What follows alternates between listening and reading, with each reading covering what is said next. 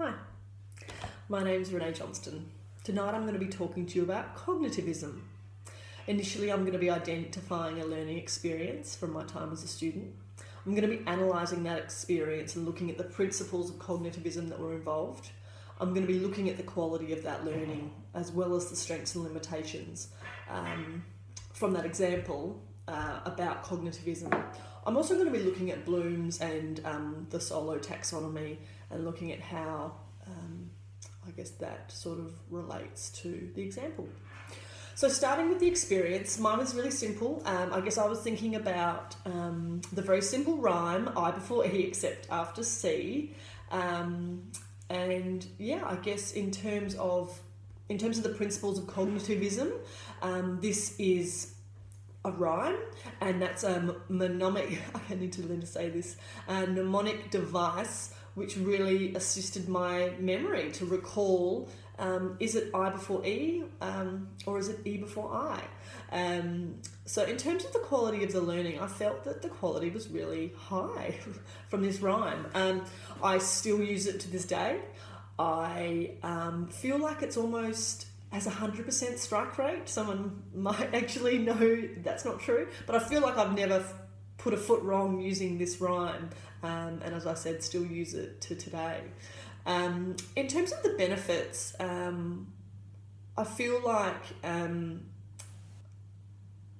that, as I mentioned, that this is foolproof, so that's a strength for me, so that the learner can easily identify IE or EI words with confidence. If the learner was simply recalling each letter in the word, there's the potential that the learner will make more mistakes, and this would definitely impact their confidence overall with spelling. And also this rhyme is simple to remember, easy to share with people around you, so this really can reduce cognitive load. Rather than having to recall all the letters in all the orders, they really have already got two letters locked in, and they just need to put the other letters in the correct place. In terms of weaknesses, it's great to have these rhymes, but they don't exist for all words. So some words are difficult or tricky. That English language can just really leave, I guess, students a little bit up in the air with words. And some of those words they just need to master. They just need to know them. I guess like with little children and their sight words, they just need to know them. So it'd be nice to have a rhyme for everything, but it doesn't exist.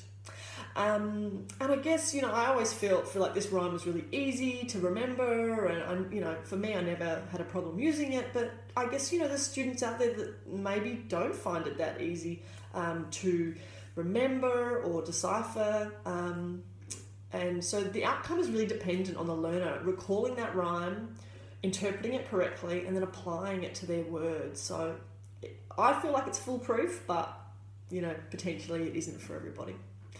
In terms of looking at Bloom's and the solo taxonomy, looking at Bloom's initially, I feel that cognitive learning really helps a person remember what they need to do. So in regards to,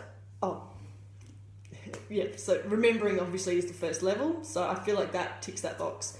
But in regards to understanding, I felt in regards to the I before E except after C, it didn't really give me a depth of understanding. It was more just like, well, here's a little shortcut to help you get that word right. So, understanding for me, I was a little bit more uncertain if that was sort of checked off. But I did feel like because this rhyme could be applied to many different words, it was definitely, I feel like the apply level was definitely checked off. I felt that, absolutely, I would take this rhyme and I would apply it to lots of different words to help me work out the correct spelling. And then also, to some degree, this rhyme could help learners evaluate, as it does help them differentiate. So IE words, EI words, it's helping them differentiate between the two sets. And it could be used as a test to ensure that word is spelt correctly. But of course, assuming that they've got the other letters in the right spot, it kind of, is a mental check for them to say, this is what I think, and then they could actually just use it to test themselves if it's right or not.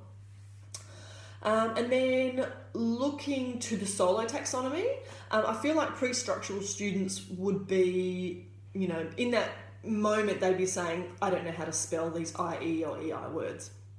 Unistructural students, they potentially might know that rhyme, but they don't really know how to apply it, or they haven't applied it yet. Multistructural students will be comfortable applying the rhyme to words that they come across that they aren't really sure about, whereas relational students would be using this rhyme almost just without thinking, just as a mental check. They might already know how to spell the words. So yeah, so I guess that's really all from me tonight. So thanks everyone for tuning in, and I'd love to hear your feedback. And excuse the hoodie, of course I won't wear this when I have to do my real assignment, but hey, here we are. All right, take care. Thanks everyone.